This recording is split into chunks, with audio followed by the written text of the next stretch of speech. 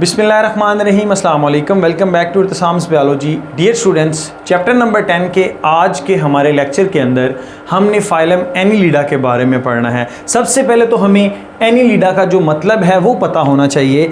इसको हम बोलते हैं लिटिल रिंग्स, यानी कि छोटी छोटी जो हैं वो रिंग्स मौजूद होती हैं जब आप इसको सुपरफिशली देखते हैं। मिसाल के तौर पर आप अर्थवर्म को देख रहे हैं, तो जब आप उसकी बॉडी को देखते हैं तो आपको उसके सेगमेंट्स नज़र आते हैं, और बेसिकली वो सेगमेंट्स ऐसी नज़र आते हैं जैसे चूड़ियाँ आपस में जुड़ी हुई हों। जो फीमेल की बैंगल्स होती हैं, जब हम उनको जोड़ देते हैं, सिमिलरली ऐसे ही हमें स्ट्रक्चर्स नज़र आते हैं किसके अंदर, अर्थवर्म के अंदर। अर्थवर्म जो है केंचुआ जिसको हम बोलते हैं, कॉमनली एग्जाम्पल है, दैट्स वाई मैंने इसको कोट किया है। तो अर्थवर्म का जो बिलोंग है वो फैलम एनिलिडा के साथ है। उसके बाद इनका जो मेन कैरेक्टर है, जैसा कि मैंने आपको ऑलरेडी बता दिया है, पूरी की पूरी बॉडी जो होती है वो सेगमेंटेड होती है, जैसा कि उसके लिए स्पेसिफिक टर्म है मेटामेरिकली सेगमेंटेड बॉडी। पूरी बॉडी के अंदर लॉन्गिट्यूडनली, मिसाल के तौर पर ये अर्थवर्म है, अर्थवर्म में इस तरह से ये रिंग्स बनी हुई आपको नज़र आएंगे। बेसिकली वो रिंग्स क्या होती हैं, उसके आपके पास छोटे छोटे चैम्बर्स होते हैं, और वो चैम्बर्स आपके पास एक सेप्टा से दूसरे से डिवाइड हुए होते हैं, जिसको आप क्या बोलते हैं, these are the segment of the body. So body is segmented, पूरी की पूरी बॉडी जो है वो सेगमेंटेड आपको नज़र आएगी। उसके बाद हम देखते हैं कि ये जो ऑर्गेनिज्म हैं ये आपके पास ट्रिप्लोब्लास्टिक होते हैं। जैसा ये आप देख रहे हैं, ये अर्थवर्म मैंने बनाया हुआ भी है, तो ये ट्रिप्लोब्लास्टिक ऑर्गेनिज्म है। जैसा कि हमें पता है, ट्रिप्लोब्लास्टिक ऑर्गेनिज्म ऐसे होते हैं जिनमें बाहर जो है वो एक्टोडर्म प्रेजेंट होती है और उसके अंदर मीजोडर्म प्रेजेंट है, और उसके साथ साथ इनके पास जो है वो एंडोडर्म प्रेजेंट होती है। तो तीनों तरह की डर्म्स जो हैं यहाँ पर प्रेजेंट होती हैं, और जो सिलोम है ये ट्रू सिलोम है, और we can say these are the coelomate. ये सिलोमेट ऑर्गेनिज्म है, इनके अंदर सिलोम पाई जाती है। और सिलोम बनी कैसे है, बॉडी कैविटी बनी कैसे है, जब आपके पास ये मीजोडर्म ने डिवाइड किया है। मीजोडर्म ने डिवाइड किया है तो एक उसने पेराइटल बना दी है, जो कि आपके पास ये बॉडी लाइन के साथ साथ है, और ये जो आपको गट के या एंडोडर्म के साथ साथ नज़र आ रही है डियर स्टूडेंट्स, ये आपके पास कौन सी है, this is called visceral mesoderm present होती है। तो इसका मतलब है कि जब मीजोडर्म स्प्लिट किया, उसने क्या किया, सिलोम बना दी, और फिर इसके पास सिलोम के अंदर ये जो आपको नज़र आ रही है ये सिलोम है, और इस सिलोम के अंदर आपको नज़र आएगा सिलोमिक फ्लूइड, और यही वो सिलोमिक फ्लूइड है जो इसको एक स्केलेटन के तौर पे काम करने में हेल्प करता है, और इसको हम बोलते हैं हाइड्रोस्टैटिक स्केलेटन। क्योंकि फ्लूइड है तो वर्ड हम हाइड्रो का यूज़ कर रहे हैं। स्टैटिक मीन स्टैग्नेट, खड़ा हुआ, क्योंकि इसके अंदर वो स्टैग्नेट होता है। हाइड्रोस्टैटिक स्केलेटन जो है वो इसी सिलोमिक फ्लूइड की वजह से बनता है। फिर उसके बाद अगर हम इनकी सिमेट्री की बात करते हैं तो वो बाइलेटरल है। इट्स मीन आप इसको सिर्फ एक ही प्लेन पर दो बराबर हिस्सों में डिवाइड कर सकते हैं, क्योंकि इसका ताल्लुक भी ग्रेड बाइलेटरस है, तो सिमेट्री ऑब्वियस सी बात है बाइलेटरल होगी। अब हम बात करेंगे इसकी हैबिटाट की। तो हैबिटाट में हमें तीनों तरह के हैबिटाट मिलते हैं। सबसे पहले फ्रेश वाटर, जिसके अंदर आपके पास स्टेलेरिया है।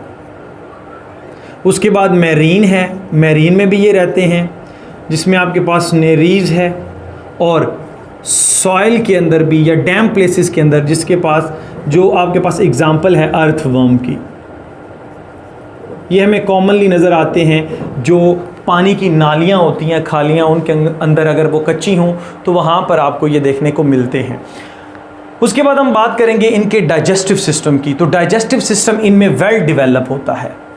वेल डिवेलप है, इट्स मीन कि ऐसा डाइजेस्टिव सिस्टम जिसके पास एनस और माउथ दोनों प्रेजेंट हों, वो आपके पास क्या होता है, वेल डिवेलप होता है। और वी कैन से एक पूरी की पूरी गट बनाए, एक पूरी की पूरी एलिमेंट्री कैनाल बनाए डियर स्टूडेंट्स, वो कौन सा होता है, वेल डिवेलप होता है। लेकिन इनमें जो पैरासिटिक होते हैं, जो होस्ट से अपनी खुराक लेते हैं, उनमें पोरली डिवेलप होता है डाइजेस्टिव सिस्टम। लेकिन अगर आप बात करते हैं नेरीज की, अगर आप बात करते हैं अर्थवर्म की, तो यहाँ पर आपको डाइजेस्टिव सिस्टम जो है वो प्रॉपरली देखने को मिलेगा और वेल डेवलप मिलेगा। यही बात है कि इसके डेवलपमेंट में जब माउथ और एनस बनते हैं तो वहीं से बॉडी की जो पोजीशन है वो भी देखी जाती है। उसका एक जो एंड होता है वो एंटीरियर होता है, जिस तरफ माउथ प्रेजेंट होगा, और जिस तरफ एनस प्रेजेंट होगा उसको हम पोस्टीरियर का नाम देते हैं। और माउथ जो है उसके सामने बिल्कुल इस तरह की नोब लाइक स्ट्रक्चर मौजूद है जिसको हम प्रोस्टोमियम का नाम देते हैं।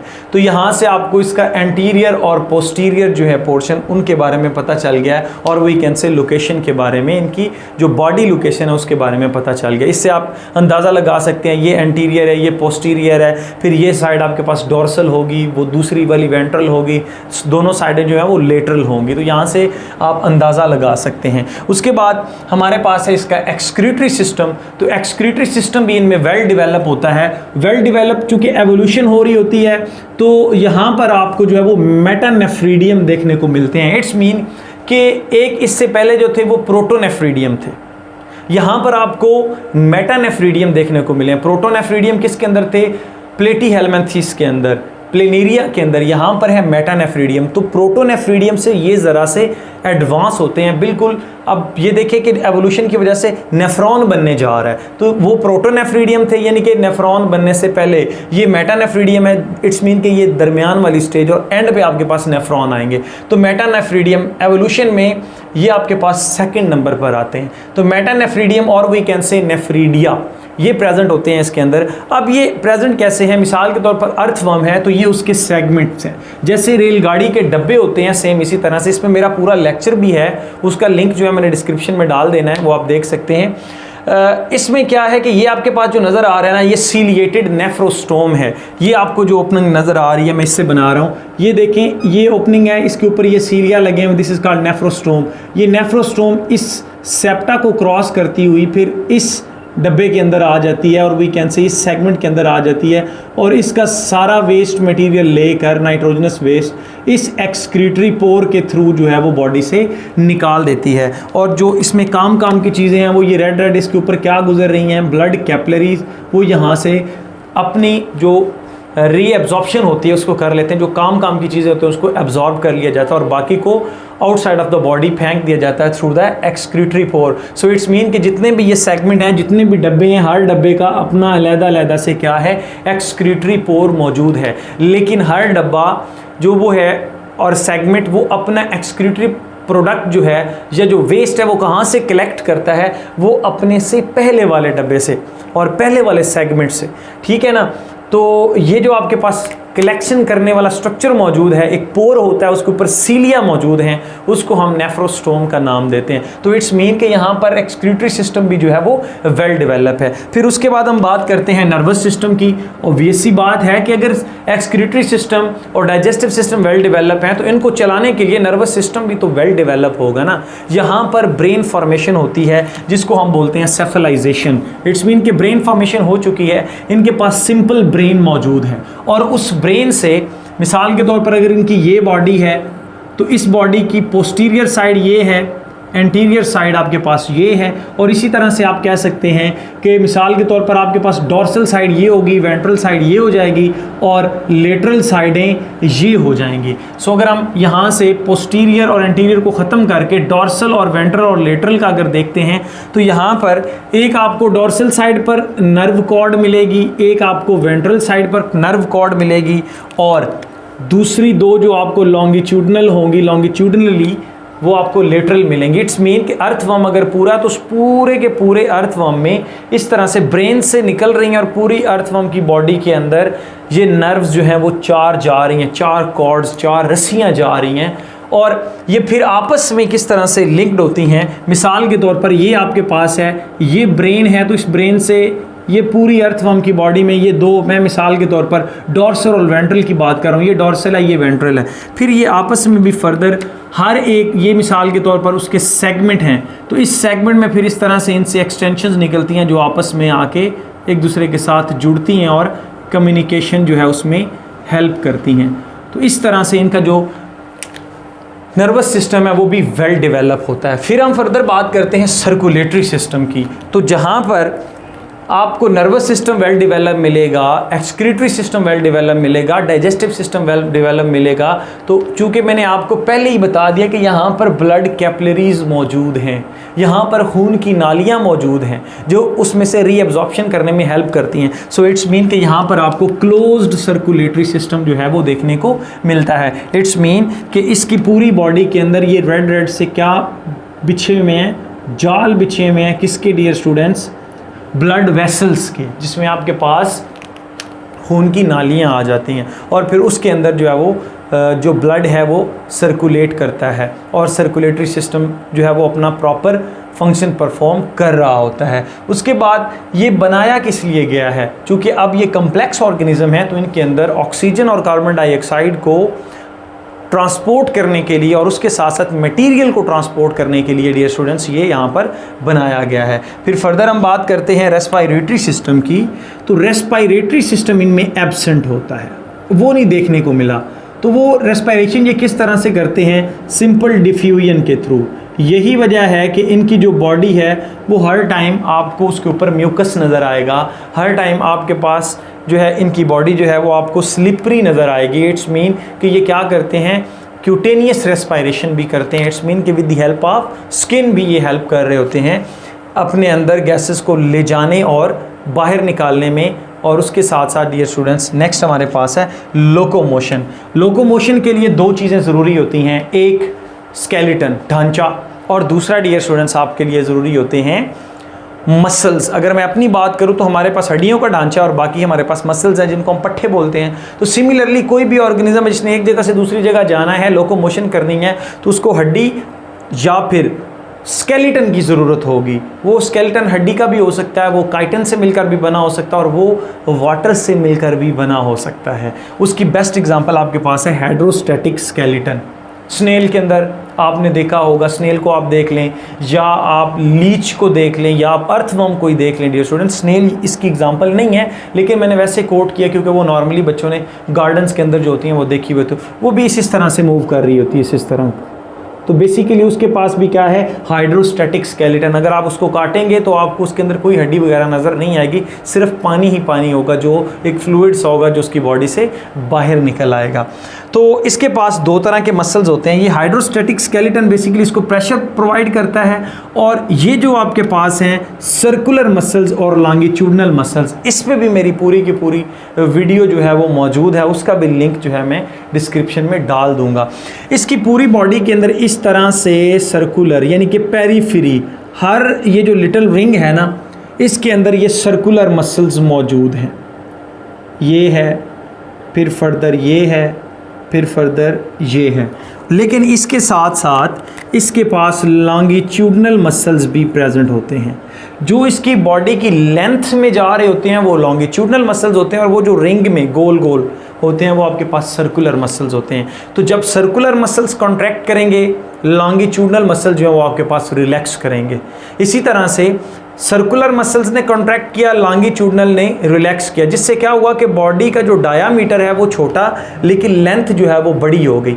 फर्दर क्या करते हैं, जब लॉन्गिट्यूडनल मसल्स कॉन्ट्रैक्ट करते हैं तो उसकी लेंथ छोटी और डायामीटर क्या हो जाता है ज़्यादा, क्योंकि यहाँ पर अब जो सर्कुलर मसल्स हैं वो क्या कर रहे होते हैं? कॉन्ट्रैक्ट कर रहे होते हैं। तो इस तरह से अल्टरनेटिवली कंट्रैक्शन एंड रिलैक्सेशन की वजह से, यानी कि सिकुड़ने और फैलने की वजह से, मिसाल के तौर पर जैसे मेरा ये मैं बाजू को लिफ्ट कर रहा हूँ अप, तो ये वाला मसल सिकुड़ गया, ये वाला मसल रिलैक्स कर गया, तभी तो मेरी बाजू ऊपर आई। इसी तरह से ये बाजू नीचे गई है, ऊपर वाला इसी तरह से फैल गया है यानी कि रिलैक्स कर गया, नीचे वाला जो है वो सिकुड़ गया। सिमिलरली इसके अंदर भी ये काम हो रहा होता है। तो सर्कुलर मसल्स और लॉन्गिट्यूडनल मसल्स की अल्टरनेटिवली कंट्रैक्शन रिलैक्सेशन की वजह से ये मूव करता है और इसको मूव करने में यहाँ पर हेल्प कर रहा होता है हाइड्रोस्टैटिक स्केलेटन।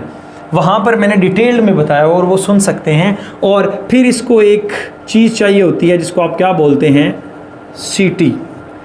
और ये जो सीटी हैं ये अर्थवर्म है मिसाल के तौर पर, तो इसके अर्थवर्म के नीचे इस तरह से ना छोटे छोटे काइटन से मिलकर बने हुए, जो हमें आम आंख से नज़र नहीं आते, थोड़ा सा उसको मैग्नीफाई करके देखना पड़ता है, इस तरह के स्ट्रक्चर्स मौजूद हैं हर सेगमेंट के पास।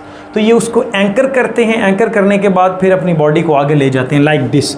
ये है एंकर किया, आगे ले गया, फिर आगे किया, फिर इधर, फिर इधर, फिर इधर। इस तरह से ये क्या करते हैं, एक जगह से दूसरी जगह मूव करते हैं। और लास्ट में हम बात करते हैं रिप्रोडक्शन की। तो यहाँ पर आपको सेक्सुअल रिप्रोडक्शन देखने को मिलती है। सेक्सुअल रिप्रोडक्शन ऐसी रिप्रोडक्शन होती है जिसके अंदर मेल और फीमेल दोनों शामिल होते हैं। लेकिन यहाँ पर एक और भी बड़ी मज़े की चीज़ जो है वो मैं डिस्कस करूँगा कि इनमें आपके पास जो अर्थवर्म है वो हर्मैफ्रोडाइट है।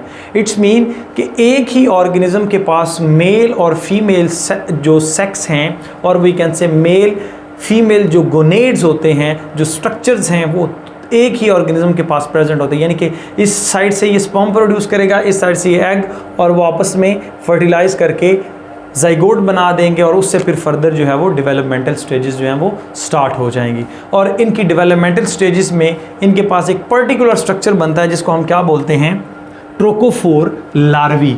ये एक्सटर्नल फर्टिलाइजेशन के रिजल्ट में होता है। इट्स मीन कि स्पर्म को भी बाहर फेंक दिया जाता है, एग्स को भी। फर्टिलाइजेशन हुई, फर्टिलाइजेशन होने के बाद डियर स्टूडेंट्स ट्रोकोफोर लार्वी जो है एक डेवलपमेंटल स्टेज है वो बनती है, जो कि क्या करता है, फर्दर आगे पूरे का पूरा जो कंप्लीट ऑर्गेनिज्म है उसको बनने में हेल्प दे रहा होता है। So it's mean dear students, यहाँ पर आपके पास हर्मैफ्रोडाइट भी हैं और सेपरेट सेक्सेस भी मौजूद हैं नेरीज़ के अंदर। नेरीज़ के अंदर मेल और फीमेल दोनों अलहदा होंगे, लेकिन अर्थ फॉर्म में आपको बाइसेक्सुअल मिलेंगे और वी कैन से हर्मैफ्रोडाइट मिलेंगे। ये था आज का हमारा लेक्चर।